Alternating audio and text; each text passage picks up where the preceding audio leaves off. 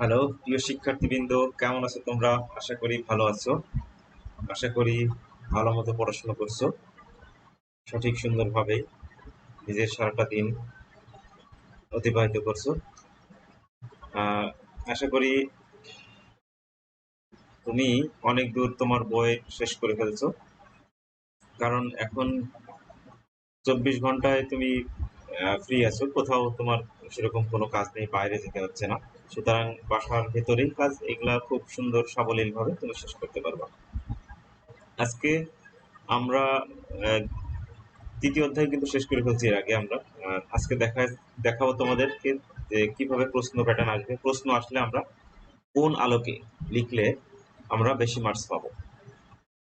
সুতরাং এই দিকটা তোমাদেরকে খেয়াল রাখতে হবে যে সুন্দরভাবে প্রশ্ন লিখলে বেশি মার্কস পাওয়া যাবে। গুছিয়ে কাজ করতে হবে, সঠিক সুন্দরভাবে যদি গুছিয়ে কাজ করতে পারো তাহলে কিন্তু তুমি সফল হবে। এখন তুমি যদি গুছিয়ে কাজ না করতে পারো তাহলে কিন্তু তুমি তুমি যত পড়াশোনা করো না কেন, তোমার পড়াশোনার আসলে কোনো লাভ হবে না। সুতরাং তুমি অবশ্যই ভালো করে পড়বা এবং বেশি বেশি লিখতে হবে তোমার। আর আরেকটা কথা যেটা, তোমার প্রতিনিয়তই প্রায় 2 থেকে 3 ঘন্টা লিখতে হবে। তুমি আর্টসের স্টুডেন্ট, তোমার এটা মনে রাখতে হবে, বেশি বেশি করে লিখতে হবে। রেখা বেনা তোমার কোনো কাজ হবে না। তো যেটা বলতে চাচ্ছিলাম, তুমি অ্যাটেন্টিভ থাকো, যখন ক্লাসগুলো দেখবা তখন অবশ্যই তোমাকে তোমার টেবিল চেয়ারে বসতে হবে। শুয়ে শুয়ে ক্লাস দেখলে কোনো লাভ হবে না, এতে মনোযোগ থাকে না, অ্যাটেন্টিভ হয় না, ক্লাস সঠিক সুন্দরভাবে হয় না। এই জন্য আমি তোমাকে উপদেশ দিচ্ছি, তুমি যদি পত্রিকাও পড়ো তাও যেন তুমি টেবিল চেয়ারে বসে পড়ো, এতে তোমার পূর্ণ মনোযোগ আসবে। পূর্ণ মনোযোগ আসলে তোমার কনসেন্ট্রেট ভালো থাকলে তুমি সেই জিনিসটা সঠিকভাবে ভালোভাবে কাজ করতে পারবে। যাই হোক, তুমি তোমাকে অনেক গল্প শুনছি, তোমাদেরকে বারবার বলছি তোমরা যেন ভালো করো। এখন তোমাদের নিজেদেরকে জাগতে হবে, নিজেদের ভেতরকার শক্তিকে জাগ্রত করতে হবে। তো আজকেও ছোট একটা গল্প দিয়ে শুরু করা যাক। সেই গল্পটা হচ্ছে এরকম। মনে করো একজন রোগী ডাক্তারের কাছে গেছে। ডাক্তারের কাছে যাওয়ার পর সে বলে যে, ডাক্তার সাহেব, আহ, ওই যে জানালা দিয়ে যেই একটা পুকুর আছে না, পুকুর দেখতে পাচ্ছেন? বলছে হ্যাঁ দেখতে পাচ্ছি। বলছে পুকুরের পাশে ওই যে একটা লাল গরু খেয়ে বেড়াচ্ছে না, ওটা দেখতে পাচ্ছেন? বলছে হ্যাঁ দেখতে পাচ্ছি। বলছে যে, ডাক্তার সাহেব ওটা না আমি দেখতে পাচ্ছি। তো ব্যাপার হচ্ছে কি, যে তুমি সব দেখতে পাচ্ছ, তুমি সব বুঝতে পারছো, কিন্তু তুমি তোমার আহ, কাজকে প্রয়োগ করছো না, তোমার সময়কে, তোমার মেধাকে, মননকে টেবিলে নিয়ে আসছো না। টেবিলে নিয়ে আসো, কলম ধরো, খাতা ধরো, বই ধরো। আজকে আমি যে প্রশ্নটা পড়াবো এই প্রশ্নটা খুব গুরুত্বপূর্ণ, তোমাদের এই প্রশ্ন পরীক্ষায় থাকবে, এই জাতীয় প্রশ্নে থাকবে। তোমার হোমওয়ার্ক হবে এই প্রশ্নটা হুবহু আমাকে লিখে দেখানো, আমার ইনবক্সে তোমার খাতায় লিখে তুমি মুখস্থ করে লিখবা, লিখে আমাকে দেখাবো। তো শুরু করা যাক আজকের প্রশ্ন। তোমরা হয়তো দেখতে পাচ্ছ বোর্ড কোশ্চেন, এই জাতীয় বোর্ড কোশ্চেন এসেছে। আমি বোর্ড কোশ্চেন সলিউশন করে তোমাদেরকে দেখাচ্ছি যে আসলে কিরকম ভাবে প্রশ্ন থাকবে। দেখো, রনি প্রশ্ন করি আমরা, ঠিক আছে? আমরা প্রশ্ন করছি, এই প্রশ্ন থেকে তোমরা দেখো আমরা তৃতীয় অধ্যায় পড়বো। তৃতীয় অধ্যায় বাংলাদেশের শিল্প। এখান থেকে আমরা তৃতীয় অধ্যায় থেকে আমরা এই যে প্রথম একটা প্রশ্ন সিলেক্ট করে নিছি যে এই প্রশ্নটা আমরা পড়বো। এই প্রশ্নটা কি আছে, প্রশ্নতে আমরা পড়ি, রনি তার বাড়ি বন্ধক রেখে স্থানীয় কৃষি ব্যাংক থেকে ঋণ নিয়ে কি করলো? স্থানীয়, আচ্ছা, রনি তার বাড়ির বন্ধক রেখে স্থানীয় ব্যাংক থেকে ঋণ নিয়ে, যে এটা আসলে হবে বাঁশ ও বেতের, বাঁশ ও বেতের দ্বারা বিভিন্ন দ্রব্য সামগ্রী তৈরির কাজ শুরু করে। তার মানে রনি তার জমিকে বন্ধক রাখলো, বন্ধক রাখার পরে সে এই যেই মুনাফা পেলো বা যে টাকা পেলো, সরি মুনাফা না, এটা যে পরিমাণ ঋণ পাচ্ছে, এই ঋণ দিয়ে সে কি করছে, বাঁশ ও বেতের দ্রব্য সামগ্রী তৈরির কাজ শুরু করছে। তাকে এই কাজের তার পরিবাররা সাহায্য করে। পরিবারের বিভিন্ন সদস্য আছে, সেই পরিবারের বিভিন্ন সদস্যরা তাকে এই কাজে সাহায্য করে। সে স্থানীয় বাজারে উৎপাদিত দ্রব্য বিক্রি করে মুনাফা অর্জন করে। তার মানে দেখো যে সে ওই দ্রব্য বিক্রি করে মুনাফা অর্জন করছে, এতে ঋণ পরিশোধের পরও সে ঋণ এই এই যে পরিমাণ মুনাফা হচ্ছে বা যে পরিমাণ বিক্রয়লব্ধ আয় থেকে সে যে টাকা পাচ্ছে সেটা হচ্ছে ঋণ পরিশোধ করছে। ঋণ পরিশোধ করার পরে পরিবারের সচ্ছলতা ফিরে আসে। তার মানে নিশ্চয়ই ব্যবসা ভালো যাচ্ছে। বিজনেস ভালো না গেলে কিন্তু সে তার পূর্ববর্তী টাকা পরিশোধ করছে এবং পরবর্তীতে আবার তার ব্যবসা তার পরিবারকে স্বাচ্ছন্দ্যে চালাতে পারছে। তো এখানে কি প্রশ্ন করা হবে? আমি কিন্তু প্রতিদিন বলছি আমদানি বিকল্প শিল্প কাকে বলে। দেখো প্রথম প্রশ্নগুলো দেখো, আমদানি বিকল্প শিল্প কাকে বলে? রপ্তানিমুখী শিল্পের উল্লেখযোগ্য দুইটি বৈশিষ্ট্য। গতদিন লাস্ট দিন আমরা পড়ালাম যে আমদানি বিকল্প শিল্প এবং রপ্তানিমুখী শিল্পের দুইটি বৈশিষ্ট্য। উদ্দীপকে রনি যে উৎপাদন করছে এই উৎপাদন কোন ধরনের শিল্পের সাথে সংযুক্ত? এটা কুটির শিল্প, ক্ষুদ্র শিল্প, মাইক্রো শিল্প, ম্যাক্রো শিল্প, বৃহৎ শিল্প, কোন ধরনের শিল্প? এটা চিন্তা করো।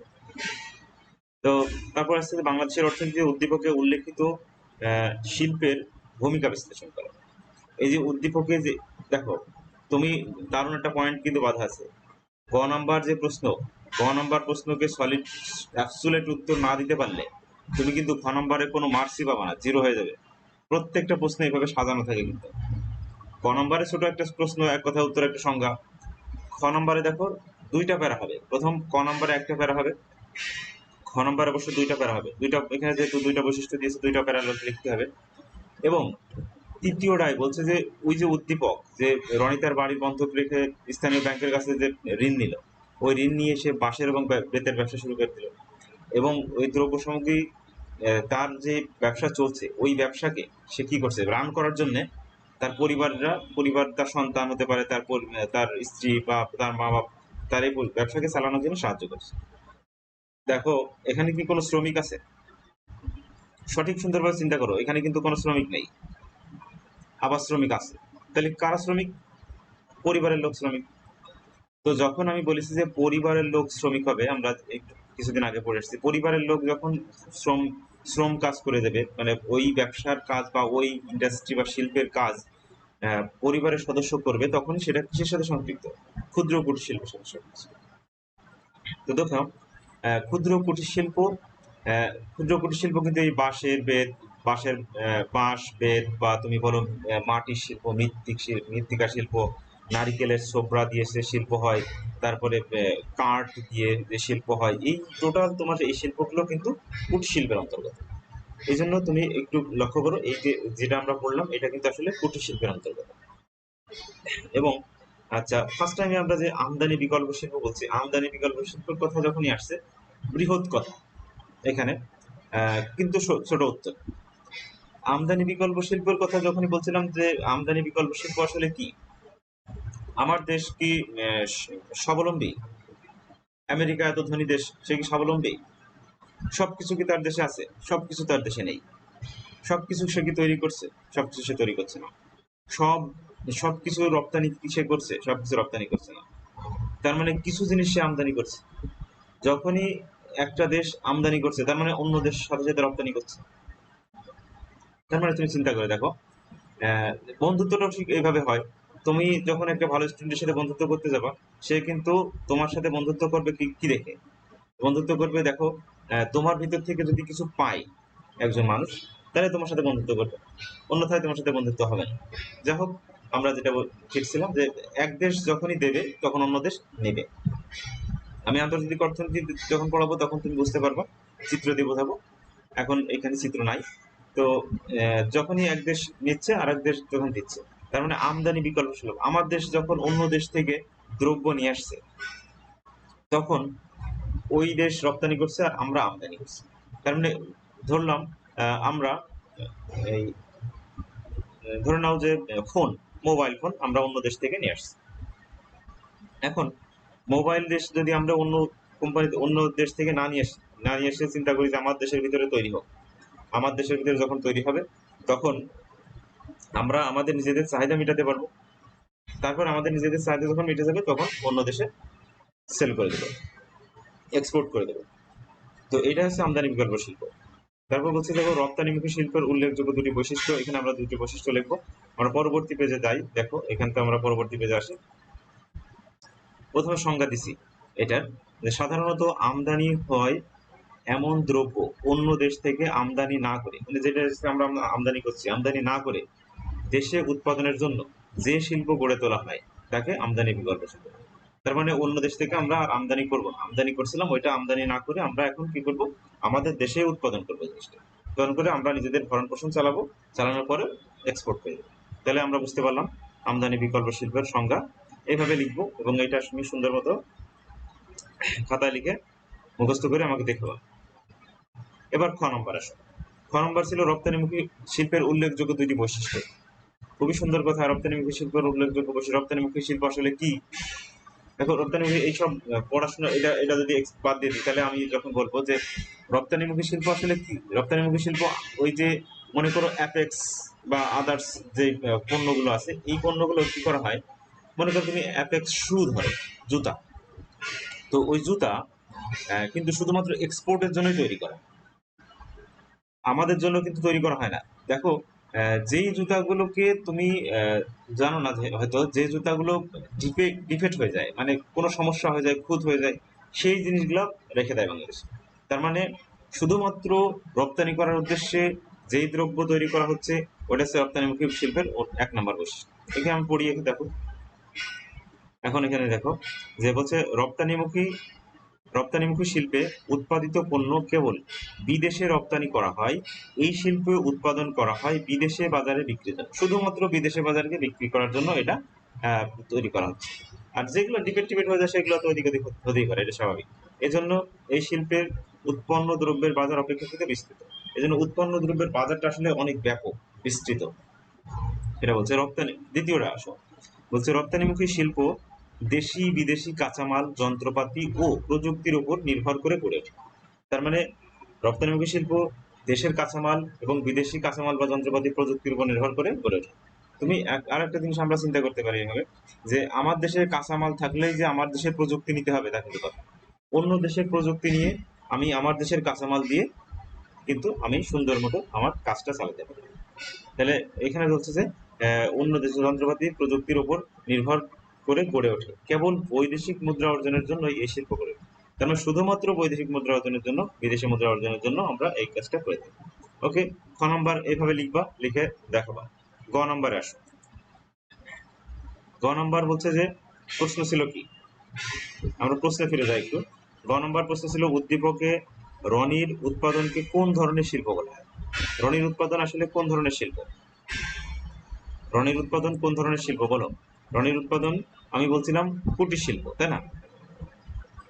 ফার্স্ট টাইম আমরা লিখবো এক নম্বর প্রশ্নের উত্তর গ, লেখার পরে আমরা এখানে আসবো তোমার এই প্রথম, তুমি আর একটা জিনিস লক্ষ্য করো, প্রথম লাইনেই কিন্তু উত্তর থাকবে, প্রথম লাইনে উদ্দীপক কি বলেছে উত্তর থাকবে, মাস পয়েন্টের ব্যাখ্যা হবে, লাস্ট লাইনে আবার উদ্দীপকের আলোকে এটা হয়েছে এটা ব্যাখ্যা থাকবে, এই থাকবে, তোমার উত্তর থাকবে। তার মানে প্রথম ফার্স্ট লাইন দেখলেই, এক্সামিনার যখন খাতা দেখবে ফার্স্ট লাইন দেখলেই কিন্তু তোমার বুঝতে পারবে যে এই সেলের অ্যান্সারটা সঠিক। দেখো এখানে বলছে উদ্দীপকে উল্লেখিত রনির উৎপাদনকে কুটির শিল্প বলা হয়। প্রথম লাইনের প্রথম স্টেপে কিন্তু উত্তর রয়েছে। নিজ গৃহে পারিবারিক ভিত্তিতে স্বল্প মূলধন ও সহজলভ্য কাঁচামাল ও ছোটখাটো সাধারণ যন্ত্রপাতির সাহায্যে যে শিল্প পরিচালিত হয় তাকে কুটির শিল্প বলে। তার মানে এই যে পরিবারের সদস্য নিয়ে, তারপরে তোমার যে বলছে যে ছোটখাটো অল্প মূলধন, তারপরে দেশীয় যে কাঁচামাল, এই কাঁচামালের এই সমন্বয় করে, সমন্বয় সাধন করে ছোট যন্ত্র শিল্প দিয়ে যে কাজগুলো করা হচ্ছে এগুলো কুটির শিল্পের অন্তর্গত। দেখো বাংলাদেশ শিল্পনীতি 2010 অনুযায়ী জমি ও কারখানা ভবন ছাড়া, জমি ও কারখানা ভবন ছাড়া স্থায়ী মূলধন, শুধুমাত্র নিট মূলধনকে কথা বলা হচ্ছে, কিন্তু জমির মূল্য ধরা হচ্ছে না, কারখানা মূল্য ধরা হচ্ছে না। নিট যে স্থাপন গুলো বাদ দিয়ে মূল্য প্রতিস্থাপন খরচ 5 লক্ষ টাকার নিচে ব্যয় হয় এবং পারিবারিক সদস্য নিয়ে সর্বাধিক 10 জন কাজ করে। তার মানে ওখানে আবার পরিবারের সদস্য কাজ করে, পরিবারের সদস্য দিয়ে টোটাল 10 জন মিলে 10 জনের নিচে হতে পারে, 10 জন কাজ করে বা 10 জনের 10 জন কাজ করতে পারে। এই শিল্পে সাধারণত উদ্যোক্তা গৃহেই গড়ে ওঠে। উদ্যোক্তা গৃহেই গড়ে ওঠে মানে কি, যে ওই গৃহ কেন্দ্র করে সে তার তার শিল্পকে সাজায়। তার শিল্প করতে গেলে সে কিন্তু শহরে চলে যাচ্ছে না, শহরে যে জমি নিয়ে ওখানে বিরাট বিল্ডিং করে এরকম কাজ করছে না। তার একটু লক্ষ্য করো, তার আশপাশে যে কাঁচামালগুলো পাওয়া যাচ্ছে এবং তার পরিবারের সদস্য দিয়ে দিয়ে দ্বারা পরিচালিত করে যে শিল্প গঠন করা হচ্ছে, সেটা হচ্ছে তোমার এই কুটির শিল্প। এবার পারিবারিক পরিবেশে গঠিত, এবং যেমন বলছে যে, আবার কিন্তু উদাহরণ খুব সুন্দর লেখা হয়েছে এখানে, হস্ত হস্তচালিত তাঁত শিল্প, মৃৎশিল্প, বাঁশ ও বেত শিল্প, কাঁসা পিতল শিল্প, কাঠ শিল্প, শঙ্খ ও ঝিনুক। শঙ্খ মানে যে তোমার শাখা, ঝিনুক দিয়ে বিভিন্ন ধরনের তৈরি করা হয়, শঙ্খ তৈরি করা হয়, মালা তৈরি করা হয়। তারপরে নারকেলের ছোবড়া শিল্প, চরকা শিল্প, এইগুলো বাংলাদেশের উল্লেখযোগ্য শিল্প। তো দেখো বলেছে যে উদ্দীপককে লক্ষ্য করা যায়।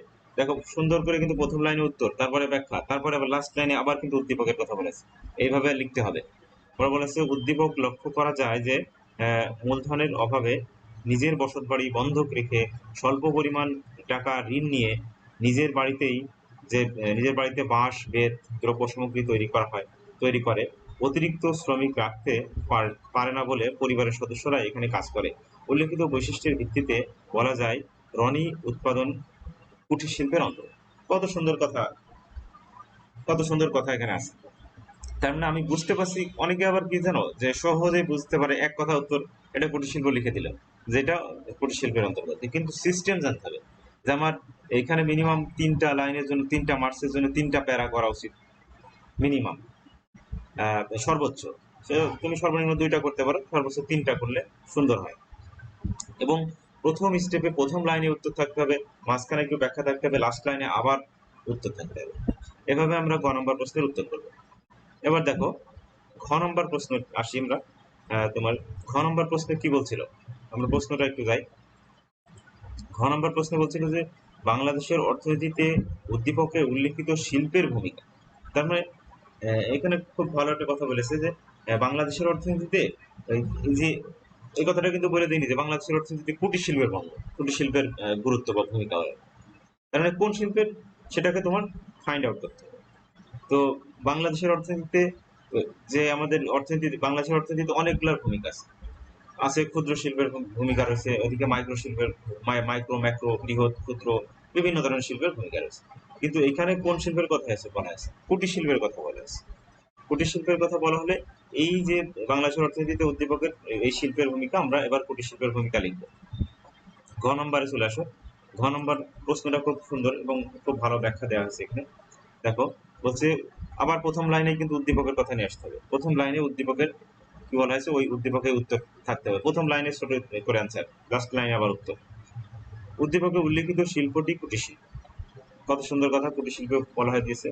আবার বলছে বাংলাদেশের অর্থনীতির উন্নয়নের ক্ষেত্রে কুটির শিল্পের গুরুত্ব ভূমিকা পালন করে। দেখো ফার্স্ট লাইন, একটা প্রথম লাইনে উত্তর দিতে হবে। তারপরে বলছে যে উৎপাদন বৃদ্ধি, আত্মকর্মসংস্থানের সুযোগ সৃষ্টি হয়, যেটা স্বনির্ভর আর কি, স্বনির্ভরতা। নারীদের জন্য কর্মসংস্থান সৃষ্টি হয়, স্বল্প পুঁজি নিয়ে কারবার করায়। এখানে খুব অল্প পুঁজি নিয়ে কারবার করা যায়। একজন সব থেকে বড় ব্যাপার কি, যে যে ধীরে ধীরে ধীরে ধীরে ওঠে, এটা বিল্ড আপ ধীরে ধীরে হয়, তার ধুম করে নিচে নামতে হলে পারে, মানে নিচে নিচে নিচে ধুম করে নেমে যায় না। যে বিল্ড আপ আস্তে আস্তে হয়, অবশ্যই এটা ফাউন্ডেশনটা ভালো হয়। তার মানে আমি এটা বোঝাতে চাচ্ছি যে যারা অল্প পুঁজি নিয়ে ব্যবসা করে, এরা যখন বড় বড় মালিক হয়ে যায়, তখন এর এর বিজনেস হুট করে ভেঙে পড়ে না। যে হুট করে বড় টাকা নিয়ে বিজনেস করতে আসে, সেই কেবল ব্যবসাটা দ্রুত তার আছে নষ্ট হয়ে যায়, ধ্বংস করে ফেলে। এই জন্য শ্রমিক যখন মালিক হয়ে যায়, সেই মালিক হচ্ছে অ্যাবসুলেট মালিক হয়, মানে বিজনেসটা উনি খুব ভালো বোঝে। যেখানে পড়ছিলাম, তুমি দেখো দেশের কাঁচামাল বলছে যে, তার মানে এই যে ক্ষুদ্র কুটির শিল্প যখন স্থাপিত হয়, ক্ষুদ্র কুটির শিল্পের কি হয়, আত্মকর্মসংস্থান সৃষ্টি হয়, নারীদের কর্মসংস্থান সৃষ্টি হয়, স্বল্প পুঁজি নিয়ে কারবার শুরু করা যায়, দেশের কাঁচামাল ব্যবহার করে দরিদ্রদের লাঘব হয়। তারপরে ভোক্তাদের বহুমুখী চাহিদা পূরণ করা যায়। তো ভোক্তারা অবশ্যই বেশ বহুমুখী চাহিদা পূরণ করে এবং জাতীয় ঐতিহ্য রক্ষা করা যায়।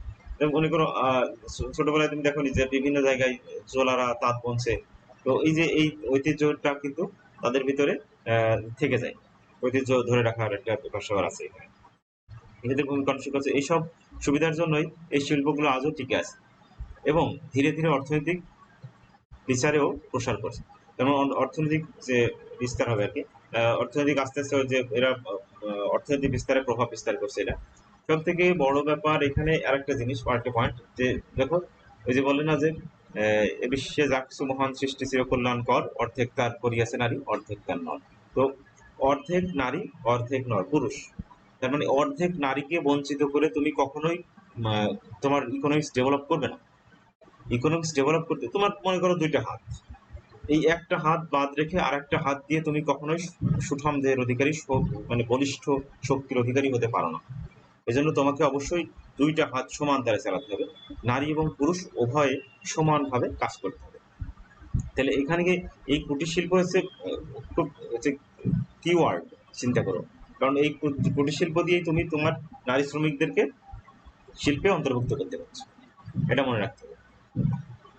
তারপরে দেখো উদ্দীপকে এবার কথা আবার বলেছে, উদ্দীপকে যে উদ্দীপকে বাড়িতে উৎপাদিত বাঁশ ও বেতের বিভিন্ন দ্রব্য সামগ্রী স্থানীয় বাজারে বিক্রয় করে মুনাফা অর্জন করে এবং ধীরে ধীরে অর্থনৈতিক স্বাবলম্বী হয়ে যায়। রনি যে আস্তে আস্তে তার সেই টাকা নিয়ে আসলো ব্যাংক থেকে, শেয়ার বসত বাড়িটা বন্ধক রেখে, সেখান থেকে আস্তে আস্তে সে বিজনেস ডেভেলপ করছে, বিজনেস ডেভেলপ করতে করতে তার সব ঋণ শোধ হয়ে গেল এবং আস্তে আস্তে সে স্বাচ্ছন্দ্য অবস্থায় বিরাজ করছে তার পরিবার।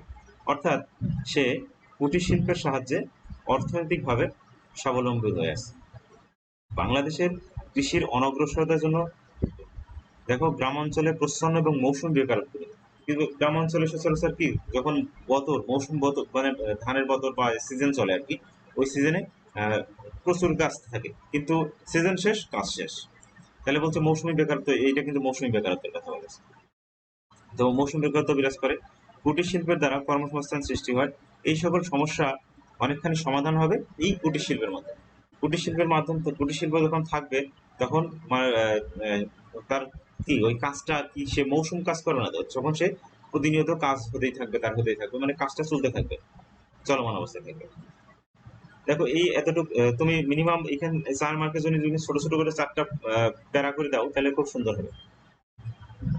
এছাড়া আমাদের মোট জনসংখ্যার প্রায় অর্ধেক নারী, যে প্রথমে বললাম যেটা নজরুলের যে কবিতার লাইন বললাম, নারী সমাজের একটি বড় অংশ নানান সামাজিক প্রতিবন্ধকতার কারণে ঘরের বাইরে গিয়ে কোনো কাজ করতে পারে না। কুটির শিল্পের মাধ্যমে তাদের কাজের ব্যবস্থা করে দিয়ে এই অর্থনৈতিক প্রক্রিয়া যুক্ত করা যায়। ফলে মাথাপিছু আয় বাড়ার মাধ্যমে তাদের জীবনযাত্রার মান উন্নয়ন হবে। আবার দেখো আমাদের দেশের পল্লী অঞ্চলে অনেক প্রাকৃতিক সম্পদ রয়েছে, আমাদের অবশ্যই প্রকৃতি সম্পদ রয়েছে, প্রাকৃতিক সম্পদ এগুলা তুমি গেলে বুঝতে পারবে, প্রাকৃতিক সম্পদ এই সম্পদগুলো পড়েই আছে, ব্যবহার হচ্ছে না, যা সাধারণত কোনো কাজে ব্যবহার করা হয় না।